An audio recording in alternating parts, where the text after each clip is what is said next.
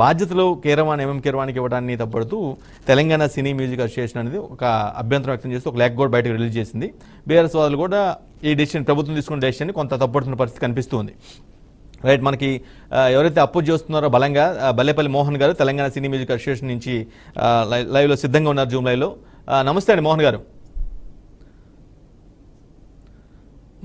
మోహన్ గారు, మీ ప్రధానంగా మీరు ఏ అంశాలను అపోజ్ చేస్తూ ఉన్నారు? ఎందుకు అంత డెసిషన్ తీసుకోవాల్సి వచ్చింది? ఇది సరికాదు అని అంత బలంగా ఎందుకు చెప్పాల్సి వచ్చింది? సార్, మన అస్తిత్వ పోరాటమే అనుకున్నాం కదా. మళ్ళీ అస్తిత్వ పోరాటం తెలంగాణ ఉద్యమంలో కవులు కళాకారుల్ని పోషించిన పాత్ర ఎవరు పోషించారు? సబ్బండ వర్గాలు కలిస్తేనే కదా తెలంగాణ వచ్చింది. రేపు 4.5 కోట్ల జనాలు ఈ పాటను పాడుకోవాలి కదా. నా తెలంగాణలో కళ సంపద లేదా భావం. రైట్, మీ వాయిస్ బ్రేక్ అవుతుంది మోహన్ గారు, ప్రాపర్గా చెక్ చేసుకోండి మోహన్ గారు. రైట్, చెప్పండి. ఇప్పుడు ఓకే చెప్పండి. సరే, ఇక్కడ ఏం లేదు, అస్తిత్వ పోరాటం జరుగుతుంది. తెలంగాణలో కళాకారులు లేదా? తెలంగాణలో కళాకారులు ఆల్రెడీ పాడుతున్న పాటే కదా. ప్రతి ఒక్కరి నోట పాట పలికింది. అది ఏ కాలం చేతి 20 నాలుగులో తెలియదు, కానీ ఇప్పుడు చేస్తున్న శుభపరిణామంలో ఇది మంచిదే, జరగాలి. కానీ దీన్ని స్థానికంలో ఉంటుంది, స్థానిక కళాకారులతో చేస్తే బాగుంటుందని మాకు విన్నాను కదా. అంటే అవుట్పుట్ అయితే కీరవాణి గారు చేయటం వల్ల మంచి అవుట్పుట్ వస్తుంది, కానీ బట్ మీ కాన్షియస్ డెసిషన్ ఏంటంటే ఆ తెలంగాణ వ్యక్తి చేస్తే బాగుంటుంది అనేది, అంతేనా? అంతే కదా సార్. ఇప్పుడు అవుట్పుట్ గురించి కాదు కదా, అవుట్పుట్ ఏం చేయాలని అందరూ చేస్తారు కదా అవకాశం ఇస్తే. ఇప్పుడు వందే మాత్రం శ్రీనివాస్ గారు తెలంగాణ వాళ్ళు, ఆయన అద్భుతమైన గుర్తే కదా. ఓకే, తెలంగాణ బిడ్డ కదా.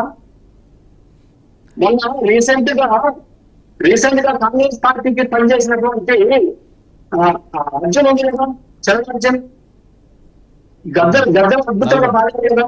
రైట్, నల్గొండ గద్దర్, అవును. రైట్, నల్గొండ గద్దర్ కూడా గొప్ప గాయపడి కదా. కానీ మోహన్ గారు ఇక్కడ ఒక ఇంట్రెస్టింగ్ ఆస్పెక్ట్ మీరు విస్మరిస్తున్నారు అనిపిస్తుంది. ఒక ఇంట్రెస్టింగ్ ఆస్పెక్ట్ ఏంటంటే, ఆయన కీరవాణి గారు ఎంత పెద్ద మ్యూజిక్ డైరెక్టరో మనందరికి తెలిసిందే. చాలా వందలాది పాటలు కంపోజ్ చేశారు, వేలాది పాటలు, పెద్ద ప్రజాదరణ బాగా పొందిన పాటలు ఉన్నాయి. అవన్నీ కూడా ఏపీ ప్రజలు మాత్రమే కాదు, తెలుగు వారు ఎక్కడున్నా సరే బాగా ఆకర్షించినటువంటి ప్రజాదరణ కలిగిన పాటలన్నీ కూడా ఆయన మైండ్ నుంచి వచ్చినవే. సో ఆబ్వియస్గా అంత పెద్ద అచీవ్మెంట్ సాధించిన వ్యక్తి కంపోజ్ చేస్తే ఈ పాటకు కూడా కొంచెం వన్నె వచ్చి కొంత మంచి అవుట్పుట్ వచ్చి బాగా ఇంకొంచెం ప్రజాదరణ పెరుగుతుంది కదా. ఎందుకు ఆలోచించట్లేదు? లేదు సార్, నాకు ఆల్రెడీ ప్రజలు తెలియని పాటే అది. దానికి గణించవలసిన అవసరం ఏమీ లేదు. అద్భుతంగా మాట్లాడారు. అంజశ్రీ గారికి గొప్ప పాట గాయకులు లేదు, ఆ పాట లేదు. అంజశ్రీ గారితో అన్ని పాటలు అందలేదు. స్వరపరిచింది అంజశ్రీ గారు కదా. తెలంగాణలో సంగీతంలో సంగీత దర్శకులు ఉన్నారు. ఎంతో మంది కళాకారులు పుట్టిన ఈ కళాకారులు అవమానపరిచినట్టు కాదా ఇది? చెప్పండి. నది అవార్డు వచ్చిన కళాకారులు లేవా మా దగ్గర? ఎంతమంది కళాకారులు ఉన్నారు? ఒక్కరిని చూపేయండి అని మాట్లాడుతున్నారు.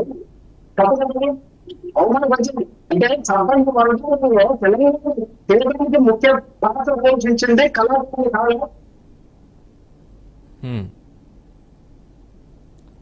రైట్, నాకు ఒకసారి ఇది ఎవరి పోరాటం కాదు, ఇది అస్తిత్వ పోరాటం. సరే, ఒకటే మోహన్ గారు ఒకటే స్ట్రైట్కి వచ్చిన ఒకటే అడుగుతాం, సూటికి సమాధానం చెప్పండి. సరే, మీ కళాకారులు ఉన్నారని చాలా బలంగా చెప్తున్నారు. ఈయన స్థాయికి ఈక్వల్ గా కంపాటబిలిటీగా ఉండే ఒక మ్యూజిక్ కంపోజర్ పేరు మీరు చెప్పగలరా? ఒకరిద్దరు పేర్లు. సార్, స్థాయిలు ఎక్కడ అవకాశం ఇస్తే స్థాయిలు అయ్యే స్థాయితోనే ఈ తెలంగాణ సినిమా పాత్ర ఇది తెలంగాణ రాష్ట్ర